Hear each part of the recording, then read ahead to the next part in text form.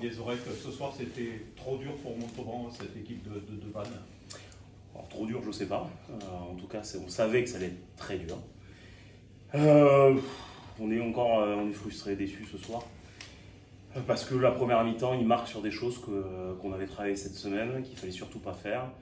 Et on l'a payé comptant. On leur a donné beaucoup de points sur cette première mi-temps. Alors qu'on avait initié des choses intéressantes, on a été sur le match plutôt propre sur la conquête, sur des enchaînements. On a été un peu difficile sur la touche contre. Ils n'ont pas pu lancer beaucoup de jeu, qui est vraiment leur point fort. Mais nous, on s'est perdu sur des sorties de camp, des ballons qui devaient sortir en dehors des limites du terrain, qui sont restés sur le terrain.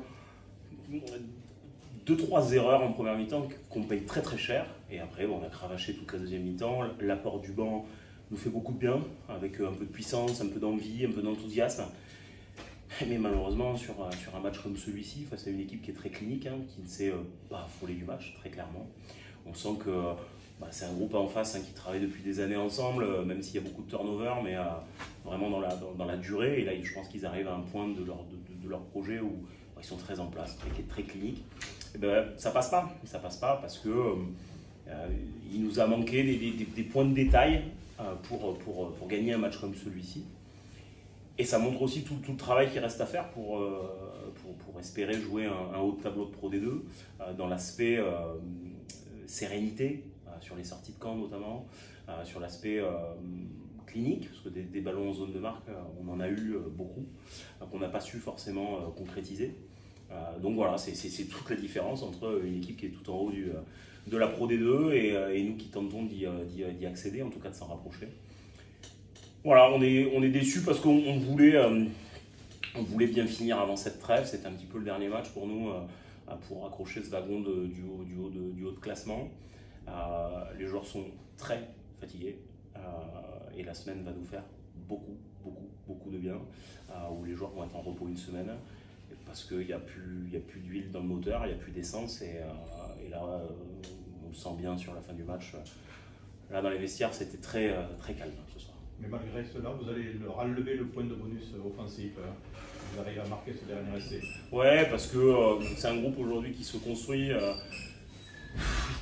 On fait des bons entraînements. Il y a vraiment un bon groupe ici de joueurs qu'on a su construire tout au fil de la saison. Et on a encore des choses à faire évoluer. Il y a des choses qui évoluent, peut-être trop doucement à notre goût, mais il y a des choses que l'on fait bien mieux depuis le début de l'année. Et c'est un groupe qui lâche pas en fait.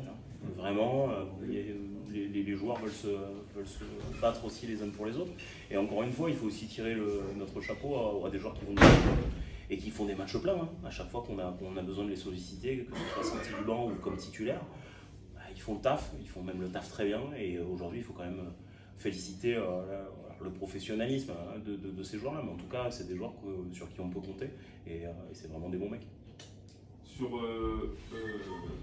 Sur cette dynamique qui a été enclenchée finalement jusqu'à Béziers, est-ce que finalement les joueurs n'ont pas digéré cette défaite contre Béziers la semaine dernière?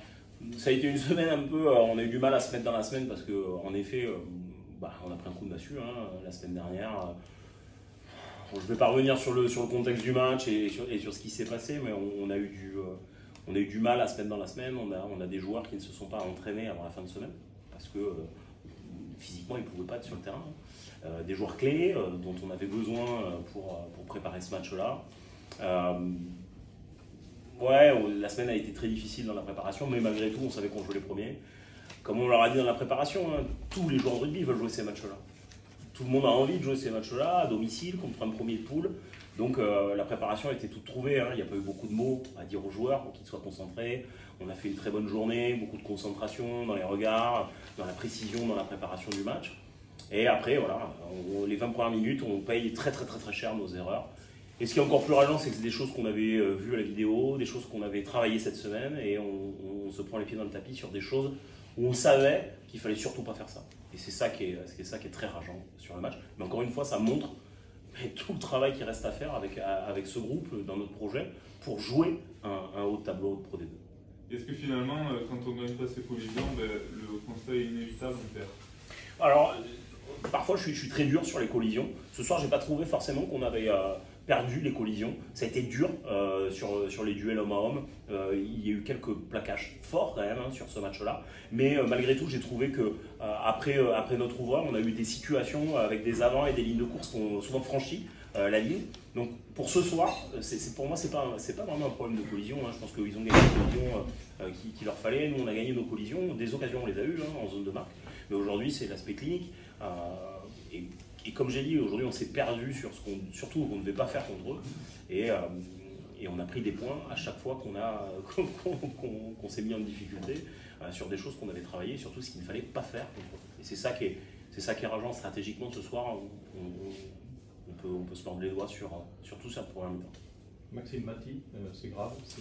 Je sais pas, il y a des examens qui vont être faits. Je peux pas vous dire, mais en tout cas, il a mal. C'est le genou? Oui, tout à fait. D'autres blessés à déplorer? Simon Gris, cheville. Paul Taillade, encore sa cuisse. Après, Stéphane Munoz, tous les joueurs qui sont sortis. Comme j'ai dit, la semaine de repos va faire beaucoup de bien aux organismes. Parce que, je le répète assez souvent, mais depuis le 1er juillet, on est la seule équipe de Pro D2 à ne pas avoir coupé entre les Covid et les reports de match.